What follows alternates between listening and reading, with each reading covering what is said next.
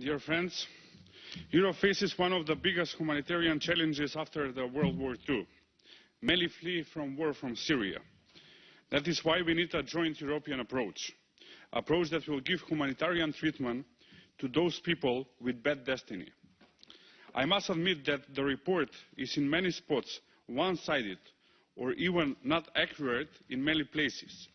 For example, it is using words like brutal, realities or grotesque, disappropriate burden because of the place on the map. Speaking about this, I want to inform you about the challenges Macedonia is facing with its place on the map.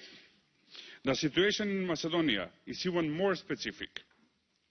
Since the pressure we face from illegal migrants on our southern border, on what is particularly an external border of the European Union, it means that Macedonia is faced with a crisis situation that splits over from a member state of the European Union, which is also a member of the Schengen Treaty. More precisely, our neighbour Greece is in an organised manner used to, in the past, daily transport thousands of migrants to our border. In 2015 alone, over 1 million migrants transited through the territory of Macedonia. The total population of Macedonia is 2 million, for example. To illustrate this point, I will just mention that on 11th of September, in only one day, 10,400 migrants entered our country.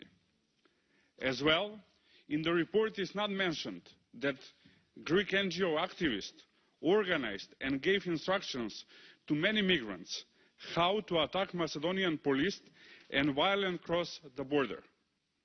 Macedonia is trying to give a humanitarian approach to all fleeing from war.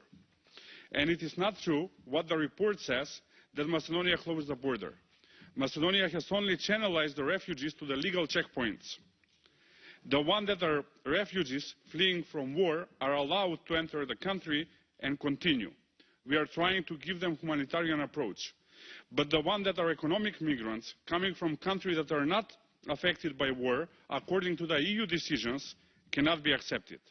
I hope all here stand with that we have to help the refugees.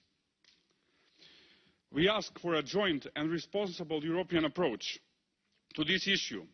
Many must help, not Germany alone, but the other countries in Europe have to share responsibility. Do not leave us alone in this crisis. Macedonia is not and should not be a victim of the failures of the European Union, and particularly Greece, to protect the outside borders of the European Union and deal with the migrant issues.